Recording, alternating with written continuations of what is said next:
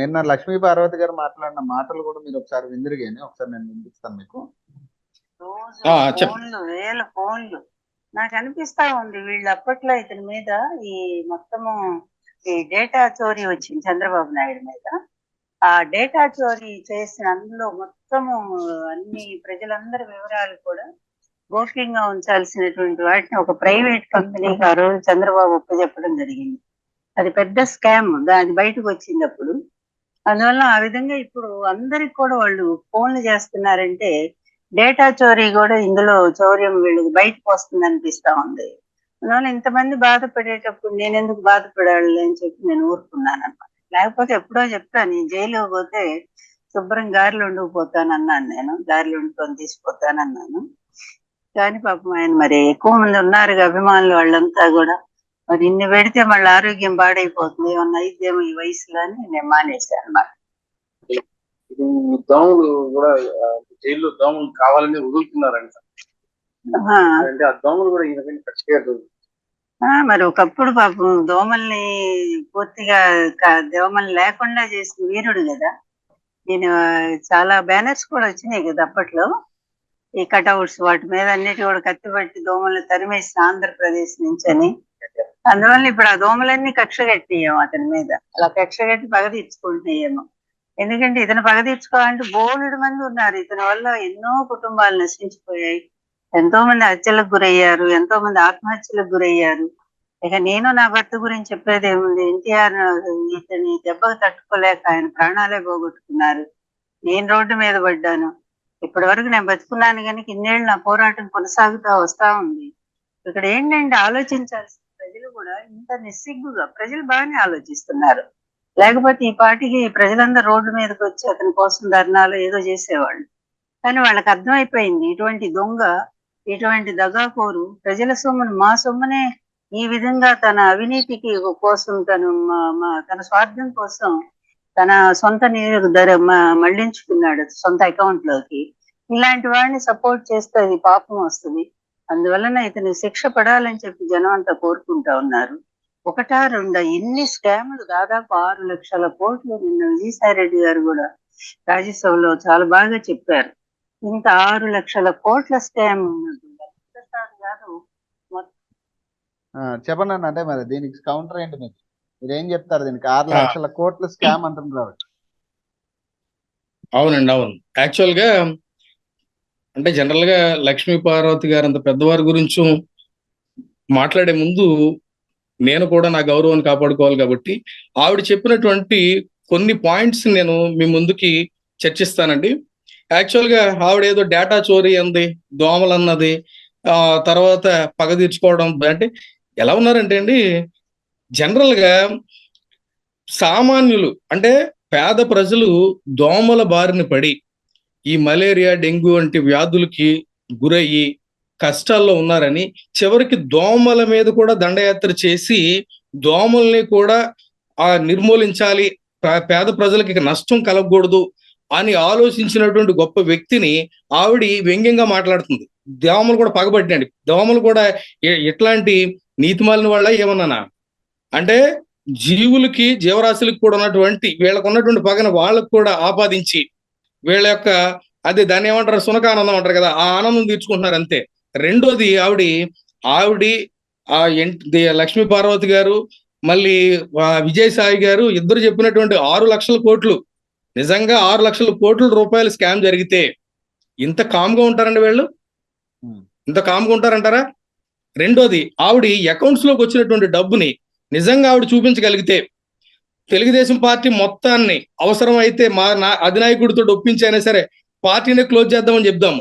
దమ్ముంటే ఆవిడ రమ్మని చెప్పండి, ఆ ప్రూవ్ చేయమనండి ఏ అకౌంట్ లోకి వచ్చినాయో. ఇప్పటి వరకు జరిగినటువంటి స్కిల్ స్కామ్ లో వచ్చినటువంటి డబ్బులే ఎక్కడికి వచ్చినాయో ప్రూవ్ చేయలేనటువంటి దద్దమ్ములు వీళ్ళు. ఆవిడ మాట్లాడుతున్నటువంటి మాటలు మనం తీసుకున్నట్లయితే అసలు ఏ విధంగా ఆవిడకి సమాధానం చెప్పాలి నాకు అర్థమే కావట్లేదు.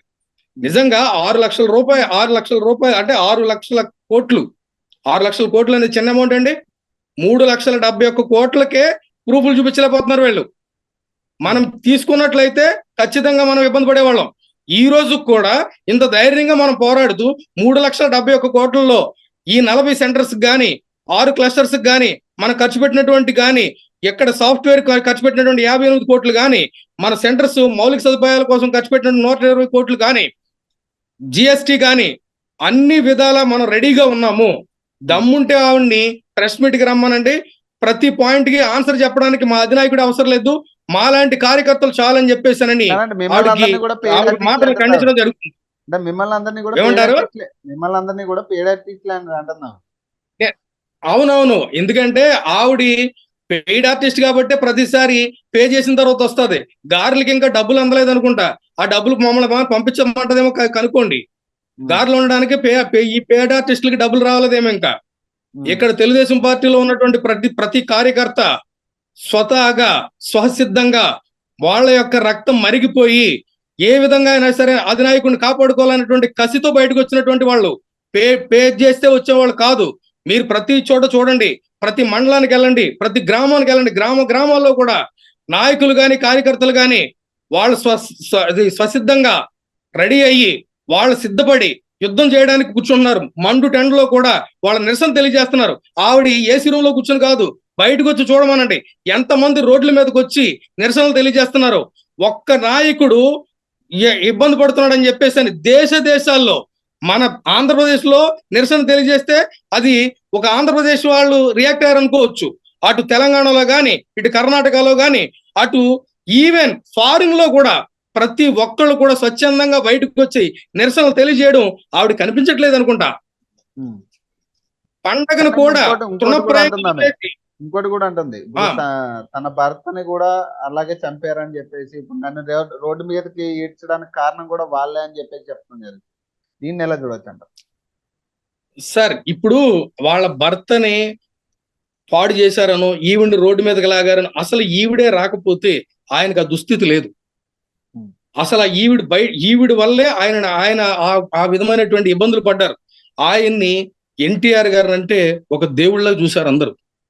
ఎప్పుడైతే ఈ దెయ్యం ఎంటర్ అవగానే ఆయన కూడా ప్రజలకు దూరంగా జరిగిపోయాడు. ఎందుకంటే ఈవిడ మధ్యలో ఉండేది, ఆయన్ని కీలుబొమ్మ చేసి ఈవిడ ఆడిస్తుంది కాబట్టి ఈవిడ బారి నుంచి పార్టీని at the same time NTR గారిని కూడా కాపాడుకునేటువంటి పరిస్థితుల్లో జరిగినటువంటి కార్యక్రమమే తప్ప ఈవిడ వల్లే ఎన్టీఆర్ గారు పాడైపోయారు. లేకపోతే ఆయన ఇంకా ఒక 10 సంవత్సరాలు దిగ్విజయంగా ఉండవలసిన వ్యక్తి. మానసిక క్షోభ అనిపించి ఈవిడ యొక్క ప్రెషర్ వల్ల ఆయన కుటుంబానికి, ప్రజలకి, పార్టీకి దూరం అయిపోయారు. కేవలం ఈవిడ కానీ ఎంటర్ అవ్వకపోతే ఖచ్చితంగా ఆయన ఈ పార్టీ ఇంకా బలోపేతం అయ్యేదని చెప్పేసి మీ అందరూ తెలియజేస్తా ఉన్నాను. ఇంకొకటి మాట్లాడింది ఏమంటారు? 3 సార్లు జైల్లో పెట్టారు. 5 ఏళ్ళు ఒకసారి, 7 ఏళ్ళు ఒకసారి. పాపం ఆయన జీవితం అంతా జైలు అయిపోయింది. మరి ఖచ్చితంగా కలిపిన 300 కోట్లు 400 లక్షల కోట్లు నిన్న విజయసాయి రెడ్డి గారు కూడా రాజ్యసభలో చాలా బాగా చెప్పారు. ఇంత 6 లక్షల కోట్ల స్కామ్ ఉన్నట్టు లల్లూ ప్రసాద్ యాదవ్ మొత్తం కలిపిన 300 కోట్లు 400 కోట్లు. దానికే అతను ఎన్నాళ్ళు 3 సార్లుగా జైల్లో పెట్టారు. 5 ఏళ్ళు ఒకసారి, 7 ఏళ్ళు ఒకసారి. పాపం ఆయన జీవితం అంతా జైలు అయిపోయింది. మరి కనీసం ఇప్పుడు పబ్లిక్ గా దొరికిపోయినటువంటి ఈ స్కామ్ 180 కోట్లు ఒకటి ఉంది, 370 కోట్లు ఒకటి ఉంది. ఈ 2 స్కామ్లు ఎంత భారీ స్కామ్స్ ఇప్పటికి దొరికినవి, ఇంకా దొరికినవి చాలా ఉన్నాయి. అలైన్మెంట్, అమరావతి అలైన్మెంట్, ఓఆర్ఆర్, ఇలాంటి కేసులన్నీ కూడా రెడీగా ఉన్నాయి. ఇప్పుడు వాటి మీద బెయిల్ పిటిషన్ వేశారు. దాని మీద కూడా ఇవాళ హైకోర్టులో చర్చలు జరుగుతూ ఉన్నాయి.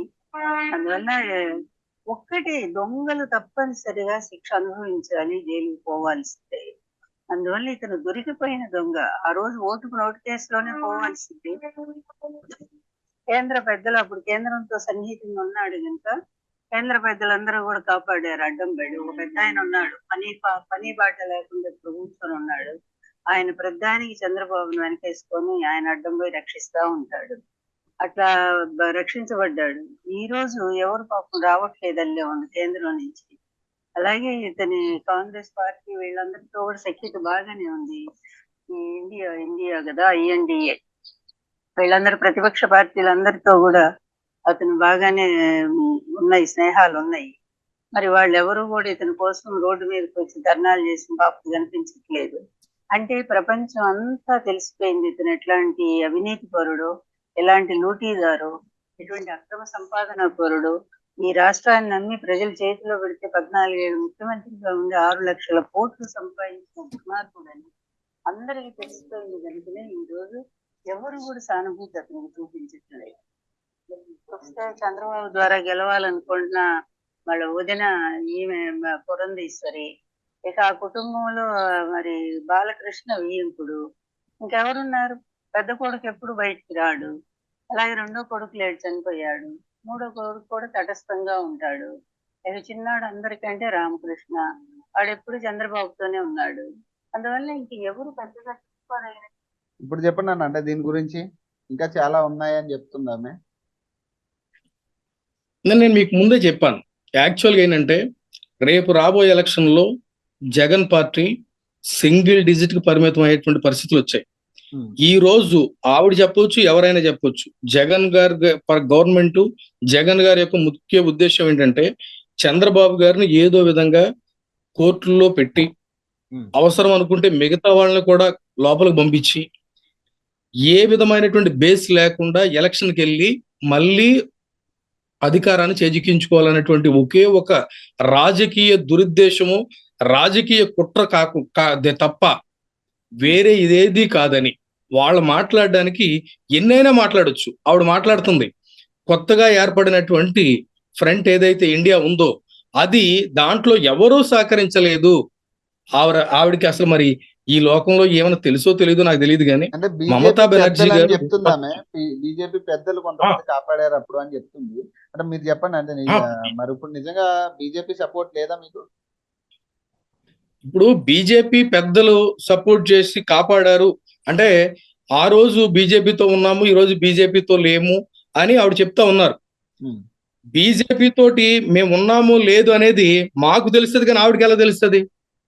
ఆవిడ అడిగిన వెంటనే మనం చెప్పవలసినంత అవసరం కూడా ఏమి లేదు కదా. రెండోది, మన వైపు న్యాయం ఉన్నప్పుడు మనం భయపడవలసిన అవసరం ఏముంది? ఆవిడ చెప్పినట్టు మనం బెయిల్ అప్లై చేయలేదు. ఫస్ట్ మనం తప్పు చేస్తే యాక్సెప్ట్ చేసి బెయిల్ అప్లై చేసేవాళ్ళం. మనం తప్పు చేయలేదు కాబట్టి ఈ రోజు ప్రతి ఒక్కళ్ళు కూడా ఈవేళ కర్ణాటక ప్రతిపక్ష నేతగా, మాజీ ప్రతిపక్ష నేతగా, మాజీ ముఖ్యమంత్రిగా ఉన్నటువంటి కుమారస్వామి గారు కానీ, మమతా బెనర్జీ కానీ, పెద్దలందరూ కూడా ఎందుకు ఆవిడ బీజేపీ ఏమాత్రం సపోర్ట్ చేయట్లేదు అంటుంది. బండి సంజయ్ గారు డైరెక్ట్ గా ఈ కేసు తప్పుడు కేసు, కేవలం రాజకీయ కక్ష తీర్చుకోవడానికి మాత్రమే పెట్టినట్టు చంద్రబాబు గారి మీద కేసు పెట్టడం జరిగింది అని చెప్పడం ఆవిడ వినలేదేమో బహుశా. అలాగే ప్రతి ఒక్కరు, బండి సంజయ్ గారు బీజేపీ పెద్దలు కాదండి, ఆవిడ తెలియదు ఆ విషయం. న్యాయం ఉన్నప్పుడు న్యాయమని నిరూపించుకోవడానికి కొంత టైం పడుతుంది, అంతేగాని ఎప్పటికైనా న్యాయమే గెలుస్తుంది.